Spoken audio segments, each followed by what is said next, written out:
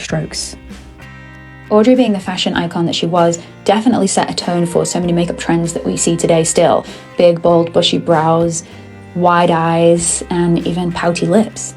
Now I'm taking a little bit of a brow pomade across the top line of my brow just to kind of make it a touch more straight to really honor that shape that she wore so well. Now with a bit of concealer under my brow to get rid of the redness that I have there, and I'm going to do the same concealing step just around my eye where I have redness using a larger brush, which is what you're seeing me do right now. I do a touch of concealer before eye makeup because it just makes everything sit better, and then you don't have to try and conceal afterwards. My next product is a brown eyeliner pencil. I think this is Dimensional Dark Brown from Makeup Forever. I'm creating just a fluid kind of sketched lash line. I'm definitely going thicker right in the center of my eye to make my eye look wider. This is a trick, and I'm not going to wing it out too much because I don't want to pull my eye too kind of feline, because I feel like Audrey's eyes were very doe-eyed and very big and very sweet and youthful versus kind of sexy and mysterious. The Hollywood star that she was, she definitely stayed true to her beauty identity. With a little bit of what was on my brush from buffing my pencil in, I'm just shading a little bit into the crease and under the lash line, taking a cream eyeliner pencil and brightening up that lower lash.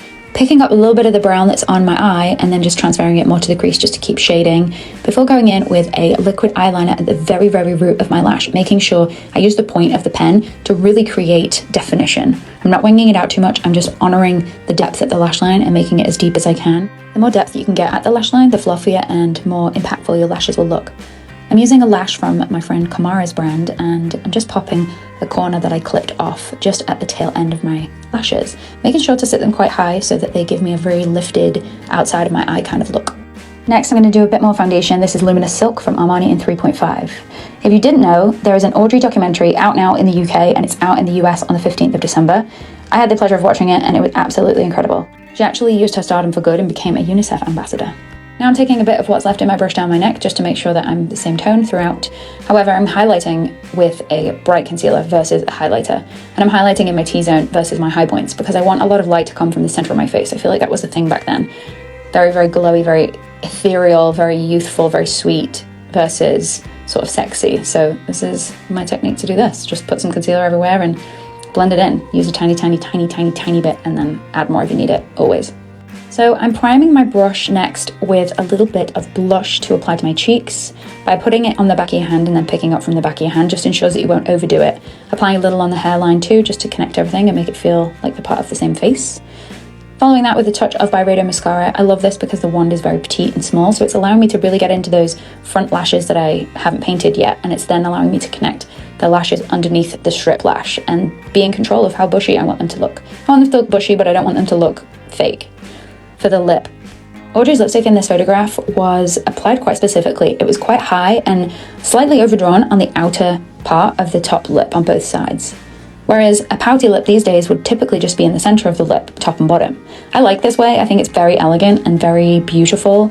I started to shade my lip with a bit of the blush product that's on my cheeks. However, I'm tweaking it with Spice from MAC lip liner with Bodyography Pop the Question on top, just to turn it into a bit more of a nude with a pink kind of moment.